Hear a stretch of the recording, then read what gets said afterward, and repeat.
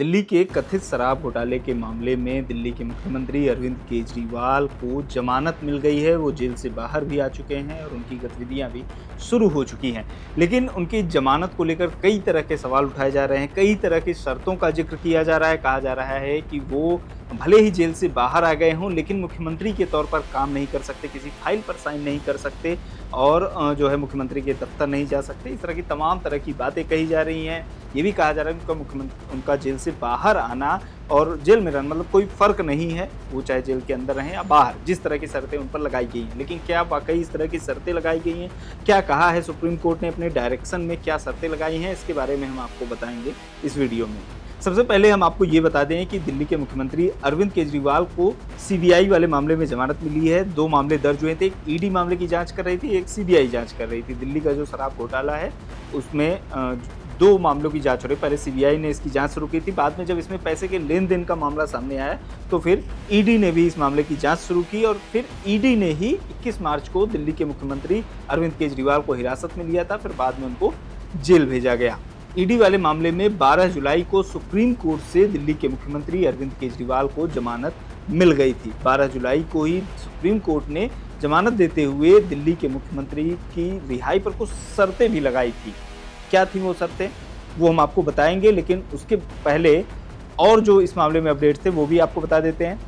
दिल्ली के मुख्यमंत्री की रिहाई हो पाती इससे पहले ही सीबीआई ने भी उनको हिरासत में ले लिया था, फिर उनको गिरफ्तार किया था और जमानत मिलने के बाद भी 12 जुलाई को जमानत मिलने के बाद भी दिल्ली के मुख्यमंत्री जेल से बाहर नहीं आ पाए थे। यही वजह है कि अब सीबीआई वाले मामले में, जो कि कल 13 सितंबर को जमानत जब उनको मिली है तब वो जेल से बाहर आए। तो सीबीआई और ईडी दोनों मामलों में अब जमानत मिल चुकी है और सीबीआई वाले मामले में जब जमानत दी है कोर्ट ने, सुप्रीम कोर्ट ने, तो ये भी कहा कि इन पर जो शर्तें लगी हैं वो वही शर्तें होंगी जो ईडी वाले मामले में 12 जुलाई को सुप्रीम कोर्ट ने लगाई थी। अब वो जो शर्तें लगाई थी अब उनके बारे में हम आपको बता देते हैं। 12 जुलाई के अपने आदेश में सुप्रीम कोर्ट ने ये कहा था कि वो मुख्यमंत्री के कार्यालय नहीं जा सकते हैं। दिल्ली के मुख्यमंत्री भले से वो हैं, लेकिन वो मुख्यमंत्री के कार्यालय नहीं जा सकते हैं और दिल्ली सेक्रेटेरिएट नहीं जा सकते। यानी कि अरविंद केजरीवाल न तो अपने कार्यालय जा सकते हैं जो मुख्यमंत्री का उनका कार्यालय है और न ही दिल्ली के सचिवालय जा सकते हैं।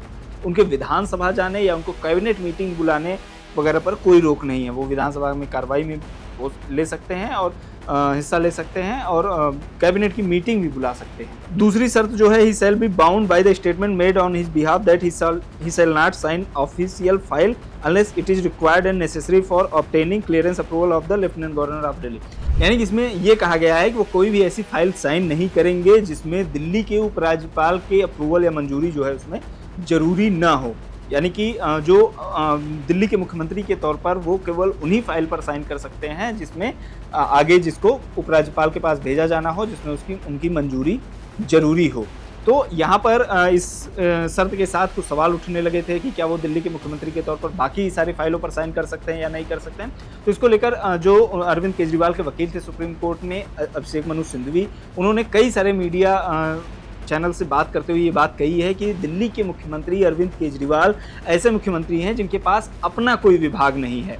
जो सारे विभाग हैं बाकी मंत्रियों के पास है, उनके पास अपना कोई विभाग नहीं है।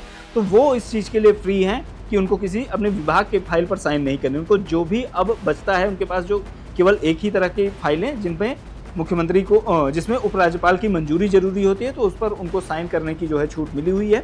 और ये आदेश जो ईडी वाले मामले में 12 जुलाई को सुप्रीम कोर्ट ने दी थी, ये शर्त लगाई थी और उसी शर्त को सीबीआई वाले मामले में भी सुप्रीम कोर्ट ने बरकरार रखा है।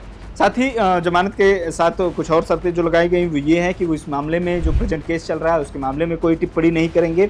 वो किसी भी गवाह से इस मामले में जो जुड़े हुए हैं उनसे इंटरेक्ट नहीं करेंगे। साथ ही न तो वो इस मामले से जुड़ी फाइलों को किसी तरीके से एसेस करेंगे। इस तरह की जो शर्तें हैं वो भी है। तो इस पूरे जो शर्त लगाई गई है सुप्रीम कोर्ट को, वो आर्डर से हमने आपको पढ़ के बताया। इससे ये चीज़ क्लियर हो जाती है कि जो तमाम तरह के सवाल उठ रहे थे कि क्या एज मुख्यमंत्री के तौर पर फंक्शन करते हुए केजरीवाल मीटिंग बुला सकते हैं कि नहीं कैबिनेट की, या फिर विधानसभा जा सकते हैं या नहीं, या फिर फाइलों पर साइन कर सकते हैं या नहीं, इस तरह की जो तमाम आशंकाएँ थी उनके बारे में जो जजमेंट आया है वो हमने आपको बताया, क्लियर किया कि वो मुख्यमंत्री के कार्यालय नहीं जा सकते हैं, सेक्रेटेरिएट नहीं जा सकते हैं, उन लोगों से नहीं मिल सकते हैं जो इस मामले में गवाह हैं, इस मामले में कोई बयान नहीं दे सकते, इस मामले से जुड़ी फाइलों को नहीं एक्सेस कर सकते, लेकिन वो विधानसभा जा सकते हैं, कैबिनेट की मीटिंग बुला सकते हैं, साथ ही ऐसी फाइलों पर भी साइन कर सकते हैं जो उपराज्यपाल के पास मंजूरी के लिए जानी हो। बाकी किसी तरह की फाइलों पर साइन नहीं कर सकते। और यहाँ पर ये भी बताना ज़रूरी हो जाता है कि अरविंद केजरीवाल के पास अपना कोई विभाग नहीं है जिसकी फाइलें उनके पास आती हों, बाकी सारी मंत्रियों के पास आती हों जो वो डायरेक्ट साइन कर सकते हैं। तो अरविंद केजरीवाल की रिहाई के बाद जो तमाम तरह की शंकाएँ थी उसके बारे में, शर्तों को लेकर उसके बारे में हमने आपको बताया। आपको ये वीडियो कैसा लगा कमेंट बॉक्स में हमें ज़रूर बताएँ। बने रहिए लोकमत हिंदी के साथ।